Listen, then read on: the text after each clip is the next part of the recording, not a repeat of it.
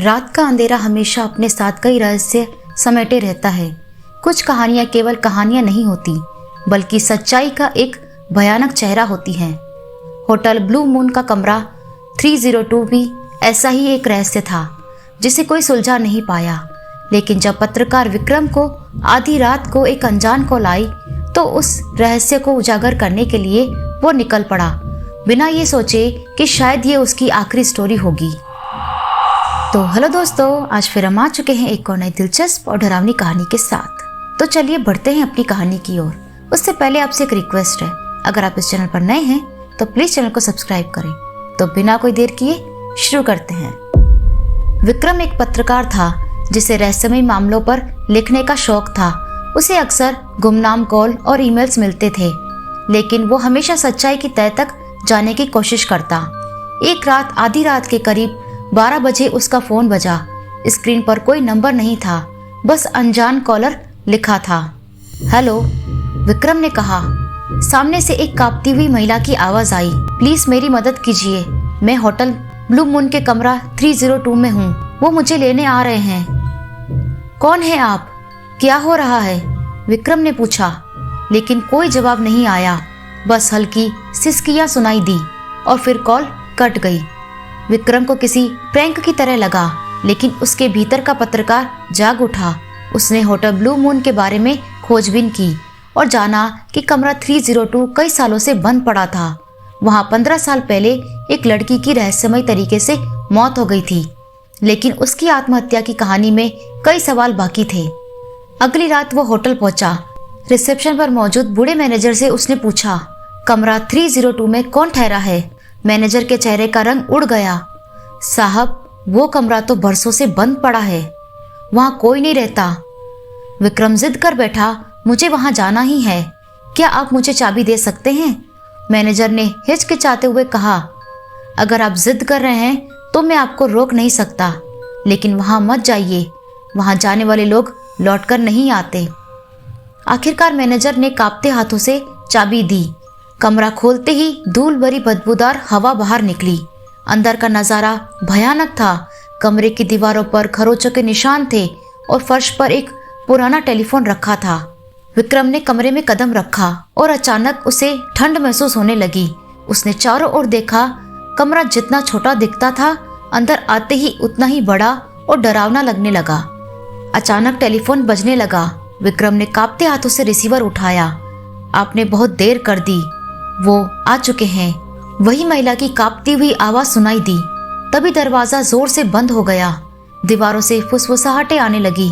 विक्रम ने बाहर निकलने की कोशिश की, लेकिन दरवाजा अंदर से लॉक हो चुका था।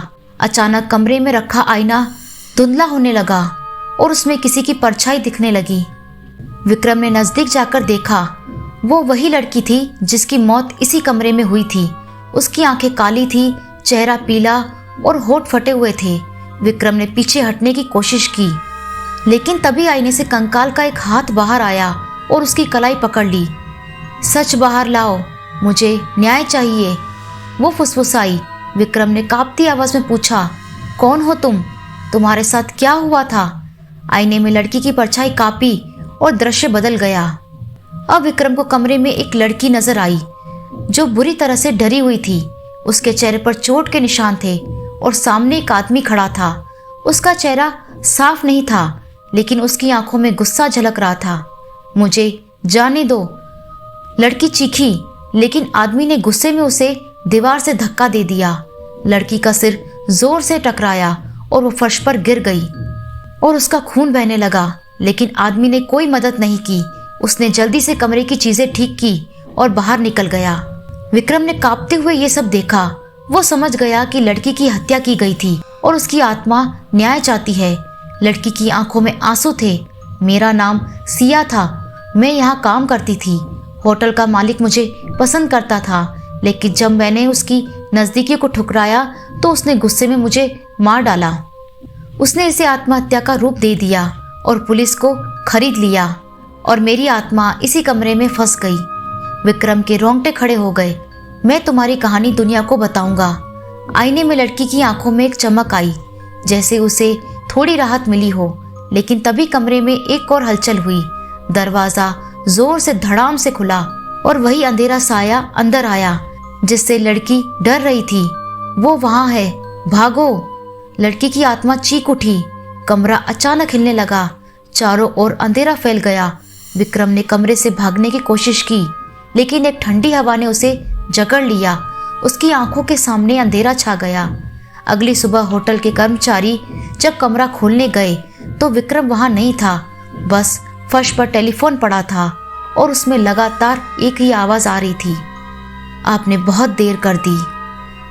कुछ रहस्य कभी नहीं सुलझ पाते और कुछ कहानियां अपने आखिरी पन्ने तक पहुंचने से पहले ही खत्म हो जाती है। विक्रम ने सिया को न्याय दिलाने की कोशिश की, लेकिन वो खुद उसी रहस्य का हिस्सा बन गया। होटल ब्लू मून का कमरा 302 आज भी वैसा ही खड़ा है, लेकिन जो भी उसके अंदर जाता है वो फिर कभी लौटकर नहीं आता। अगर आपके फोन पर भी कभी कोई अनजान कॉल आए और कोई आपसे मदद मांगे तो क्या आप कॉल रिसीव करेंगे? तो दोस्तों, ये थी आज की कहानी। आपको आज की वीडियो कैसी लगी कमेंट कर ज़रूर बताएं। अगर आपको आज की वीडियो अच्छी लगी हो तो प्लीज़ वीडियो को लाइक करें, कमेंट करें और शेयर करें।